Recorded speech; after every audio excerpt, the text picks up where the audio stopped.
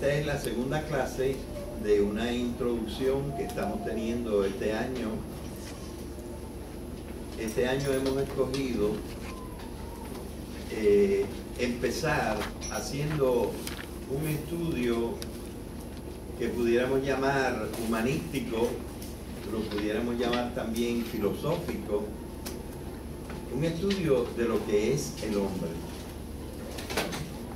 Y la cosa parece bastante sencilla, pero cuando nos empezamos a meter en ciertas profundidades, nos damos cuenta de que hay mucho que considerar para tener una buena idea del hombre. Yo he preparado desde hace algunos años un cuadro que es como un resumencito de diferentes aspectos que podemos estudiar del hombre.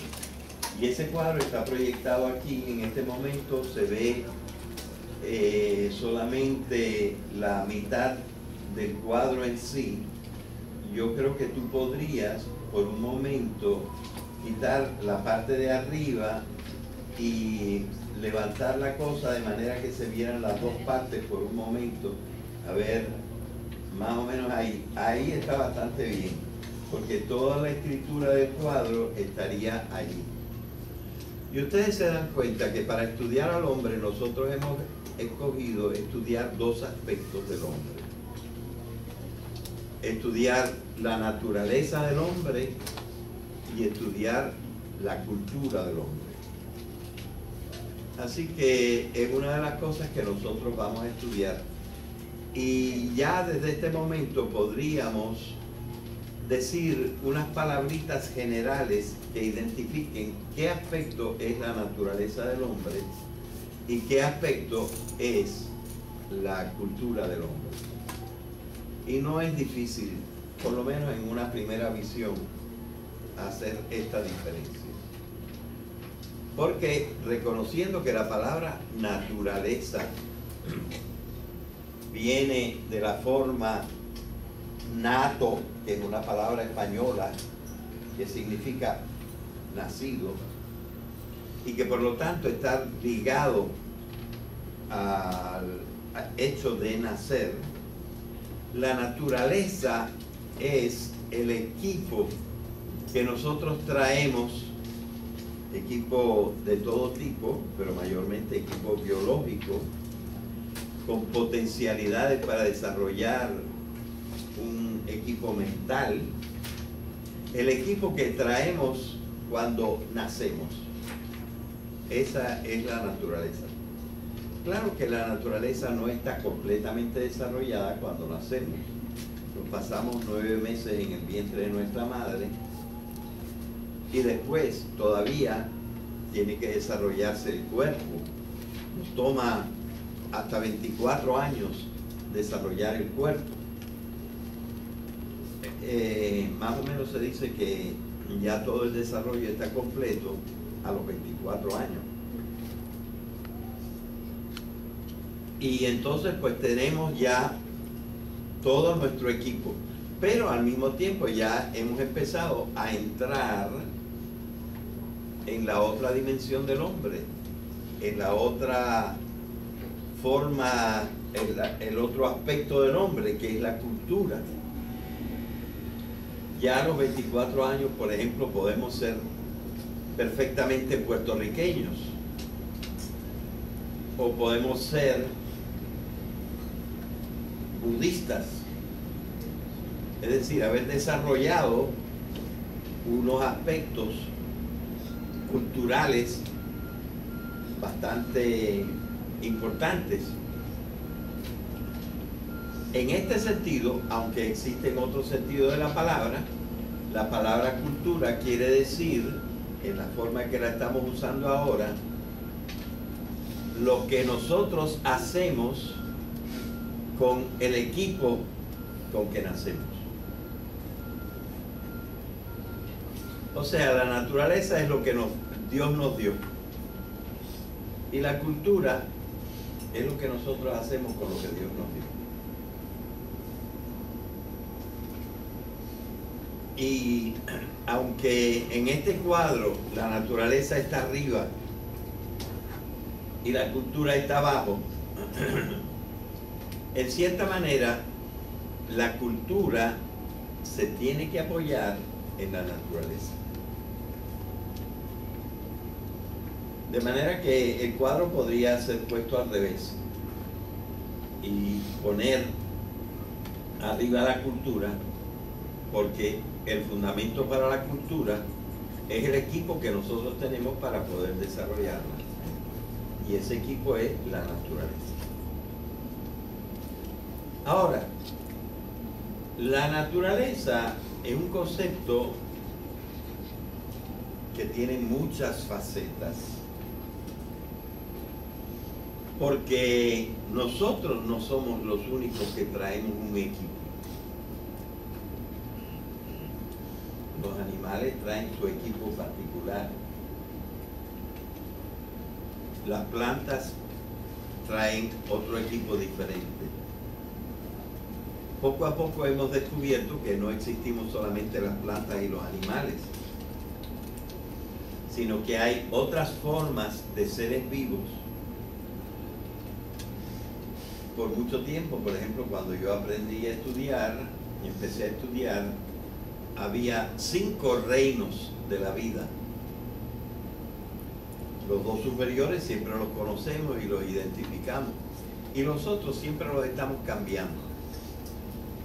Hoy en día los científicos, muchos de ellos quisieran pasar de 5 reinos como a 6 o 7, porque encuentran diferencias entre la forma de vida de unos y de otros. Y por ejemplo, los que nosotros llamamos protistos, o mejor yo creo protistas, son un tipo de vida que yo no soy muy buen biólogo, pero me parece que los protistos, la estructura de sus células todavía no es tan completa como la estructura de las células de otros organismos. En especial, yo creo que hay una de las membranas, no sé si es la membrana del núcleo o la membrana exterior, que falta en los protistos. O sea, que los protistos serían procariotes. No sé si ustedes ya se han tropezado con esas palabras. Así que tenemos diversas gradaciones. O sea que todos los seres existentes tienen su naturaleza, no solamente los hombres. Los hombres tienen naturaleza humana, pero los animales tienen naturaleza animal, y las plantas tienen naturaleza botánica o fitológica, o no sé cómo llamarla. Y los reinos inferiores de la vida tienen por lo menos naturaleza biológica. Pero existen también otros seres que no tienen vida. Pero mirándolo bien, todo es una palabra que asusta, hablar de todo. Y aquí se va a volver un poquito problemático. Todo lo que existe tiene una o dos cosas. Todo lo que existe está hecho de átomos en la actualidad. Ustedes seguramente han oído hablar del Big Bang. Levanten la mano los que han oído hablar del Big Bang. ¿Y quién no ha oído hablar del Big Bang? Todos han oído hablar del Big Bang. Pues, después del Big Bang, calculan los matemáticos y los físicos que se pasaron, no es poco, 4.000 y pico de millones de años sin que todavía existieran los átomos. era el tiempo de la radiación y de las partículas subatómicas, de las cuales hemos encontrado una profusión increíble. La última de ella, el bosón de Higgs, que hizo titulares en los periódicos el año pasado, antepasado. Así que todo, la palabra es dura y me va a traer problemas, todo en la naturaleza está compuesto actualmente de átomos. Todo. Pero una buena partecita, una partecita notable y muy especial de la naturaleza, además de átomos, tiene los átomos reunidos en células. Todo lo vivo está hecho de células. Y todo lo no vivo está hecho por lo menos de átomos. Y esta es la naturaleza. Pero algunos se preguntarán,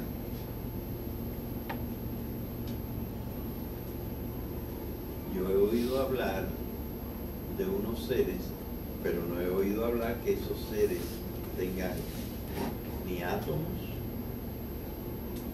ni células. Por ejemplo, todos ustedes han oído hablar de los ángeles.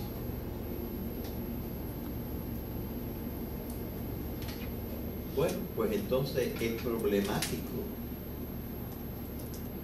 y habría que explicarlo. Si los ángeles pertenecen a la naturaleza o simplemente si siendo la naturaleza todo lo que nosotros podemos detectar e identificar,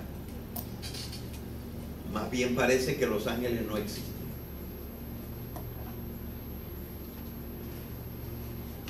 Así que ya aquí se vuelve un poquito problemática el uso de la palabra que yo dije, porque yo pienso que nuestro lenguaje, que está muy influido por la autoridad de la ciencia, nosotros tendemos a pensar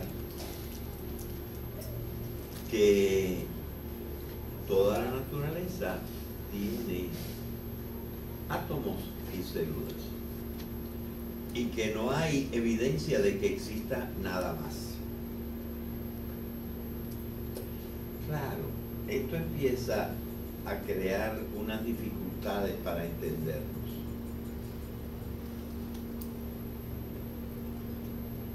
Porque enseguida puede saltar una pregunta ahí. ¿Y el alma tiene células? Vamos a dejar los ángeles de lado, que no hay ninguna seguridad de que existan. El alma tiene células. Claro que no.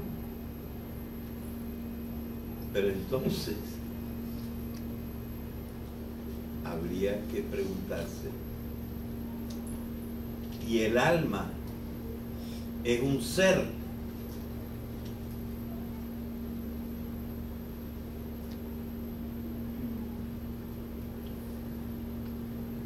Y la respuesta es la respuesta que yo creo que es la correcta. La respuesta es no. El alma es un componente de un ser, pero no es un ser. Esto habría que asimilarlo, ¿verdad? Porque la gente... Y esto ha cambiado en el vocabulario desde todos los años que nosotros tenemos. Y no hace falta ser un descreído o un ateo para decir que el alma no es un ser. El alma es un componente de un ser. Porque a pesar de algunas maneras de pensar de la gente humana,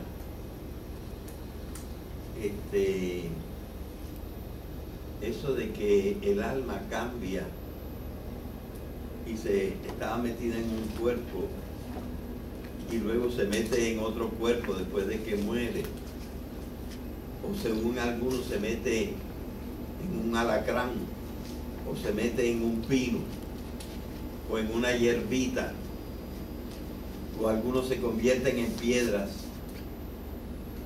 y creen que las almas tienen piedra. Es decir, que las almas pueden pasar de una parte a otra.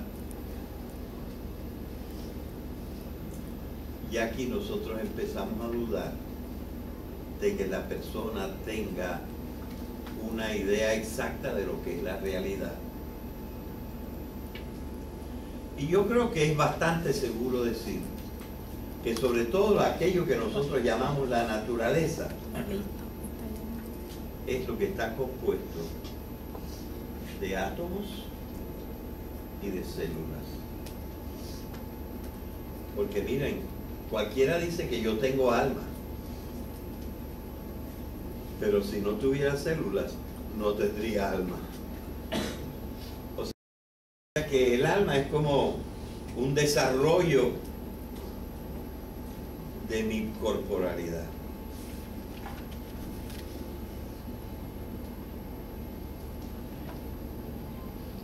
Entonces nosotros tenemos que entrar en una serie de explicaciones que no todas pueden ser comprendidas con el mismo lenguaje. Y por cierto, algo de esto es lo que yo explicaría en esos cursos gratuitos que yo voy a ofrecer a las 5:30 de la tarde, probablemente los lunes y los miércoles, en esta misma clase, a partir de más o menos la mitad de febrero. Pero son algunas cosas de las cuales yo podré decir algo, y sobre todo si hay preguntas, yo trataré de contestarlas en la forma más profunda que pueda.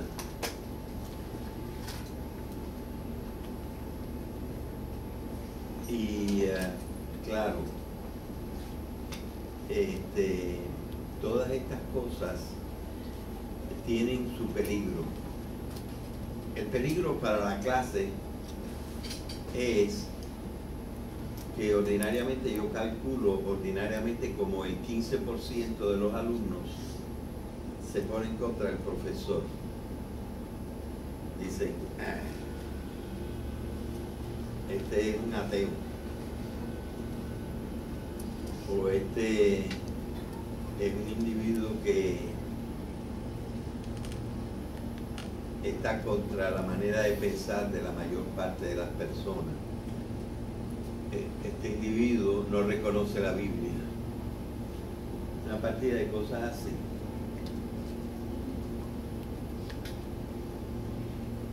Y por ejemplo, me lo dicen también a mí. Yo hice estudios especiales de la Biblia como por 18 años. Y tengo un doctorado en teología. Y asistí al Instituto Bíblico, esto como oyente, pero asistí por 2 años al Instituto Bíblico. Trabajé en la biblioteca del Instituto Bíblico como por 3 años para hacer mi tesis. Yo no soy un descreído. Yo no sé cuántos de ustedes irán al servicio religioso los domingos, pero yo todas las semanas voy.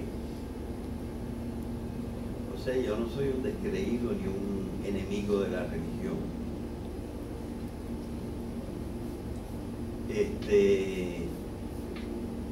Pero también quiero hilar fino, ¿qué se puede decir actualmente en el conocimiento de la realidad? Y ya hemos llegado a algunas cositas. Yo creo que es una buena idea decir que naturaleza es todo lo que tiene o átomos y células. Los átomos es el mundo no vivo y átomos y células cuando el mundo está vivo.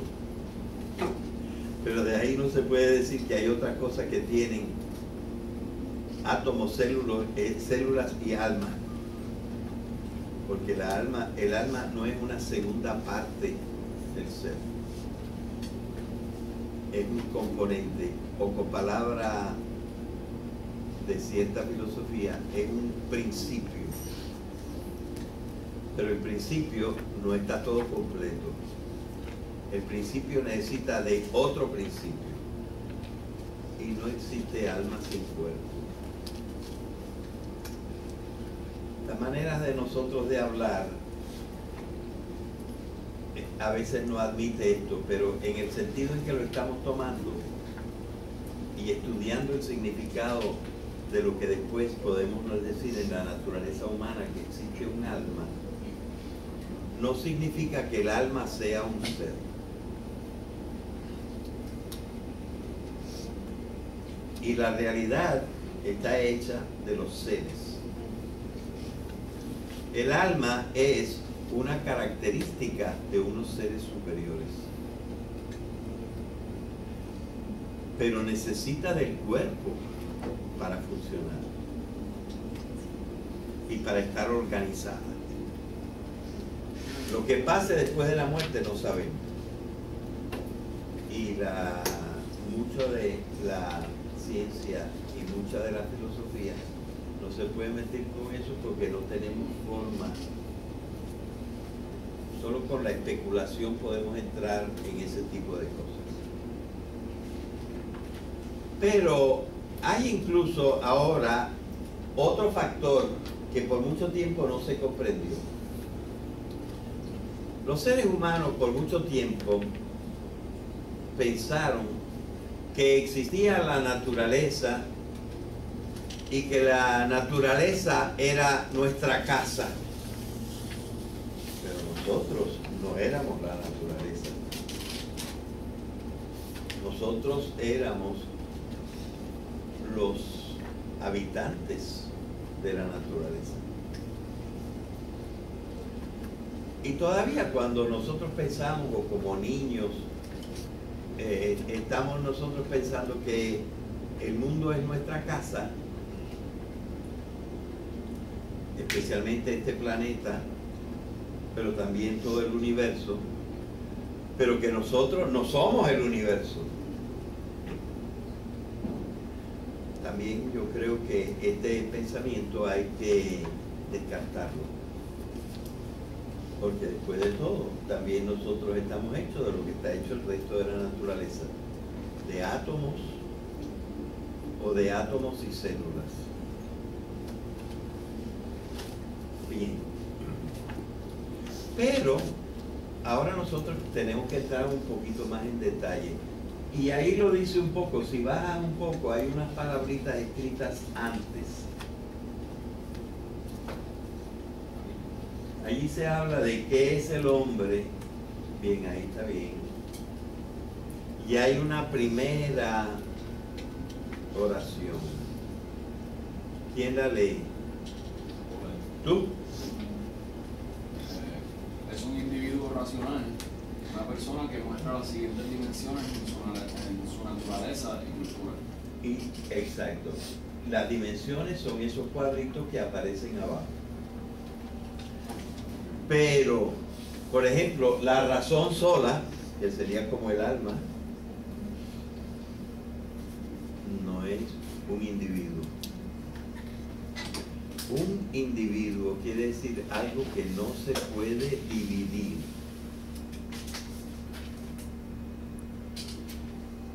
Lo que nosotros ordinariamente llamamos seres son los individuos. Ahora, no todos los seres tienen la misma calidad de su individualidad. Si yo cojo un ser humano y lo serrucho por la mitad, no tengo dos seres humanos, tengo 0 seres humanos. El hombre, el ser humano, no se puede dividir. Mientras que una piedra, le doy un martillazo y puedo tener 2 piedras. Y cada uno sigue siendo un individuo. Luego su individualidad no es tan íntegra como la individualidad del ser humano. E incluso existen unos gusanitos. Yo creo haber hecho de chiquito algún tiempo en la escuela digo gusano, pero no debe ser gusano, debe ser tener otra clasificación, que tú los partes por la mitad y las 2 partes siguen viviendo. Eso se da en seres inferiores vivos.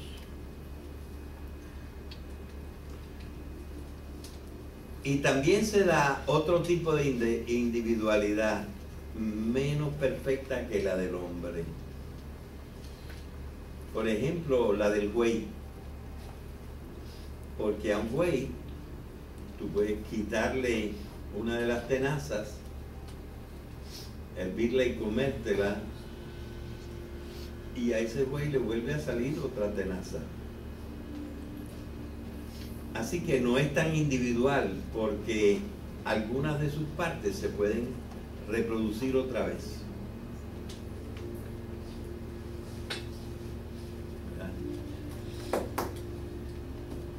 Y los árboles todavía son menos individuales que los bueyes,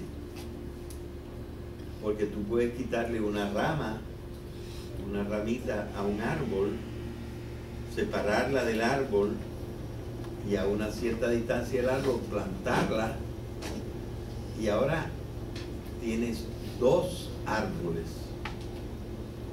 Por lo tanto, no son tan individuales. A medida que nosotros vamos subiendo en una escala de los seres en la naturaleza, la individualidad se va haciendo mayor. Y nosotros, aunque ahora hemos aprendido a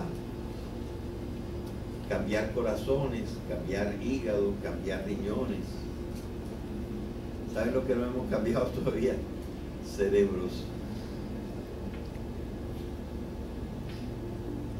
Pero algunos de los otros miembros los hemos, y también los hemos empatado de nuevo. Por ejemplo, hay gente que le han empatado un dedo que se le rompió, que se le separó del cuerpo. Pero tiene que ser su mismo dedo, y tienes que empatarlo todo, empatando las venitas, las arterias, y tienes que ponerlo en una forma que se le reproduzca por dentro de la vaina del nervio la parte, esa parte que hace sensible al nervio, de manera que la individualidad de los seres humanos es ya la más alta de las individualidades. Y en el individuo está comprendida lo que ordinariamente nosotros a veces llamamos el alma.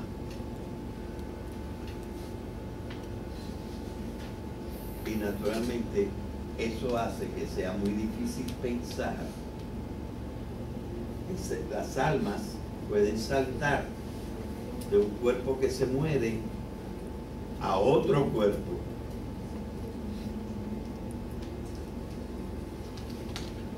O a lo mejor saltar a un escorpión o a una rana. O a lo mejor saltar a una piedra, como ciertos pueblos piensan. eso ya se convierte en una fantasía que no cabe en nuestra manera de concebir la naturaleza. Es verdad que tenemos que nosotros ser cuidadosos de no descartar demasiado fácilmente cosas que luego resultan posibles. Pero la tendencia es la contraria. La tendencia es a pensar que existen muchas cosas que no existen, o considerar esas cosas como si fueran seres. Hace falta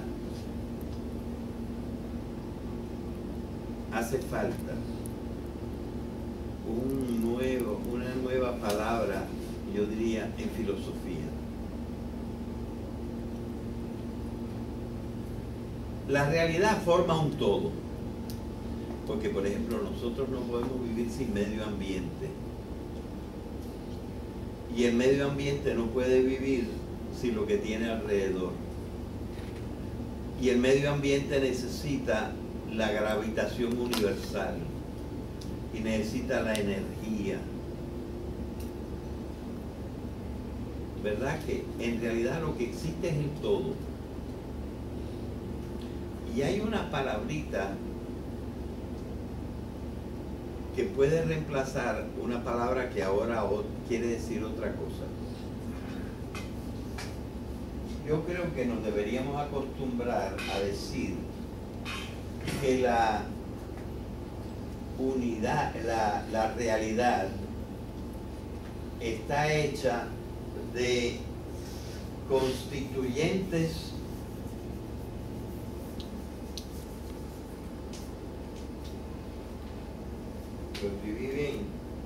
individuales. O sea, el concepto de individuo es muy importante. Y lo que existen son constituyentes individuales. Por ejemplo, yo diría una mano no es propiamente un constituyente individual, porque no hay ninguna mano que exista fuera de un brazo, ni brazo que exista fuera de un organismo.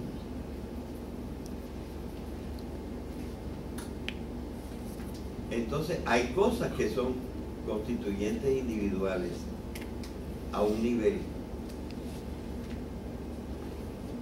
y los más chiquitos de los constituyentes individuales de lo no vivo es el átomo, y lo más chiquito de los constituyentes individuales de lo vivo es la célula. Pero después cada plantita es un constituyente individual de la realidad. Cada gusanito es un constituyente individual de la realidad. Cada ser humano es un constituyente individual de la realidad.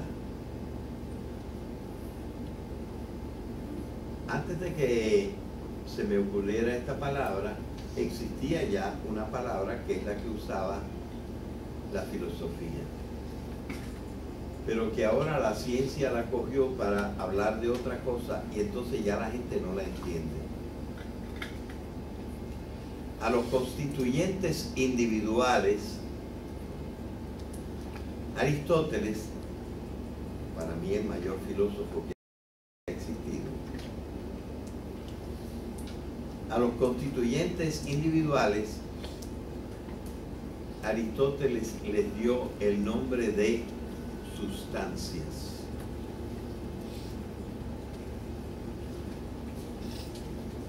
Así que la naturaleza está hecha de sustancias, y cada individuo es una sustancia,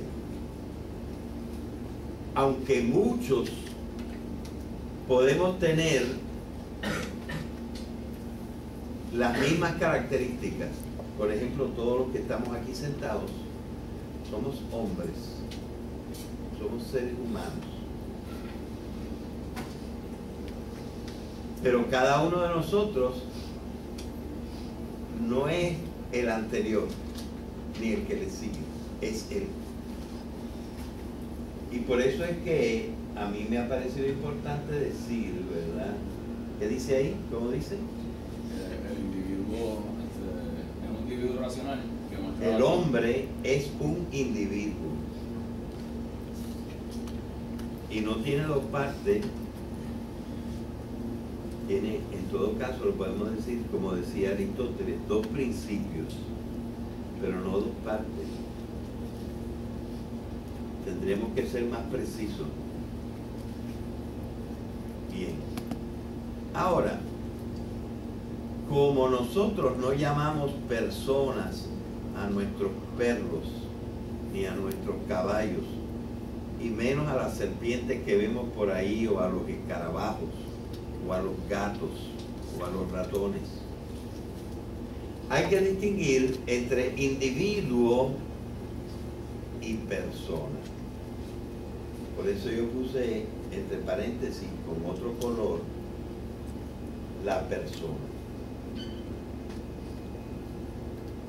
Pero lo puse entre paréntesis porque todo individuo humano es persona.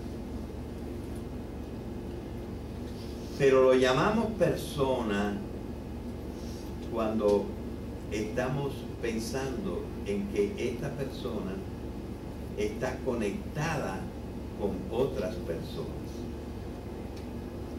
O sea que una persona es un individuo en relación con otros individuos de su misma especie.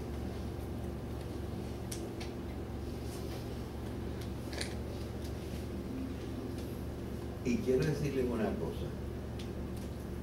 Ordinariamente son las mamás las que nos hacen a nosotros personas. Cuando ya el niñito o la niñita tienen unos días o unos meses y se miran a los ojos y el niñito o la niñita reconoce a la mamá y la mamá le dice el nombre y poco a poco ella entiende que ese nombre que le están diciendo es ella. La mamá le ha sacado la persona al nene. Es la mamá, es decir, el individuo humano se convierte en persona cuando entra en relación con otra persona. Y entonces resulta una cosa curiosa, que es como más importante el otro que yo. Porque sin el otro, yo no sería yo.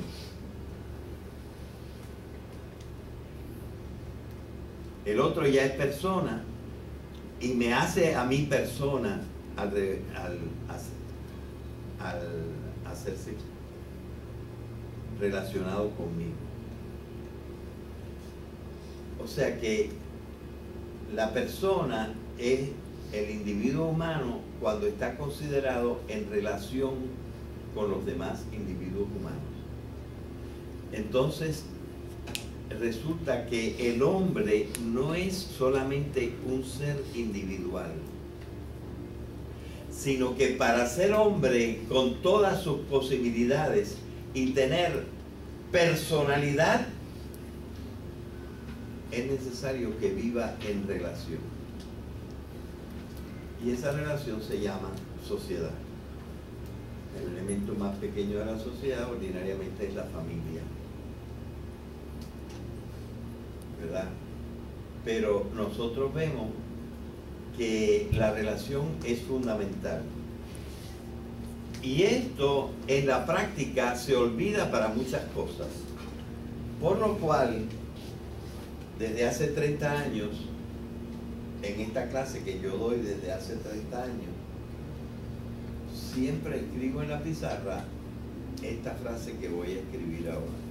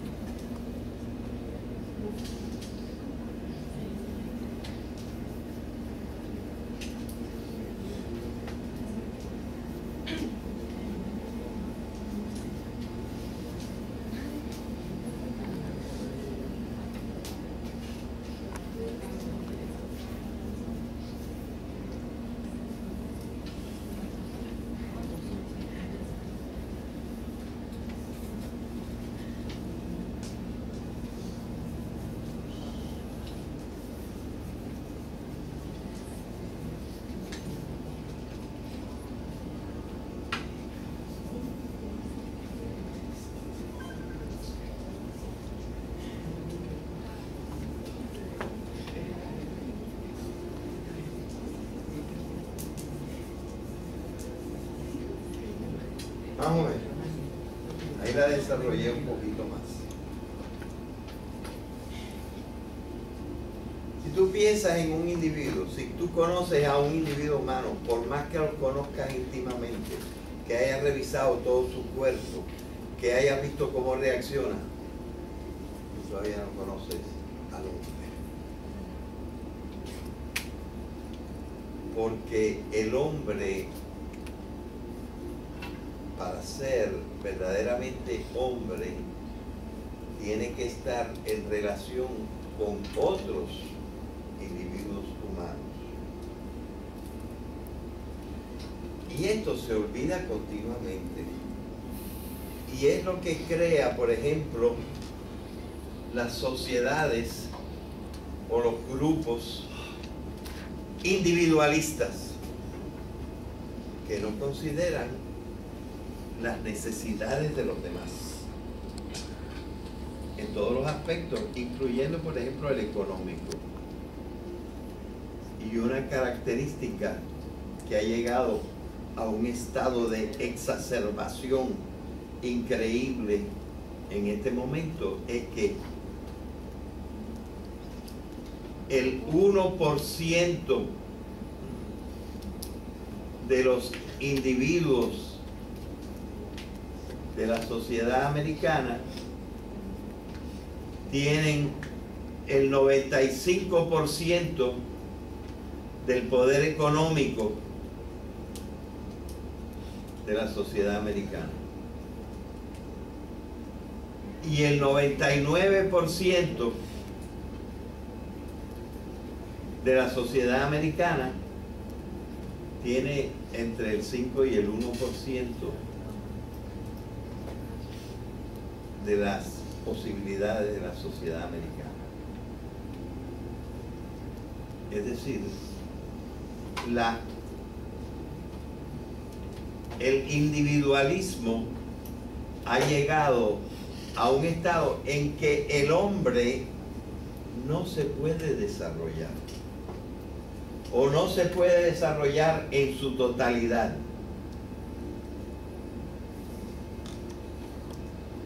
Por ejemplo, no puedes tener una profesión, no puedes coger un doctorado. ¿Por qué no puedes coger un doctorado? Porque no tiene todos los recursos y todos los medios, entre otras cosas.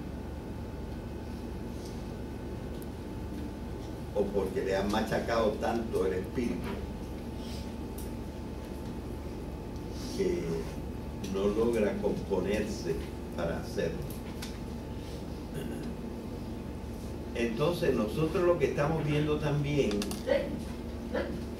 es una idea desfigurada en parte de la naturaleza humana, porque no estamos viendo sociedades suficientemente bien constituidas.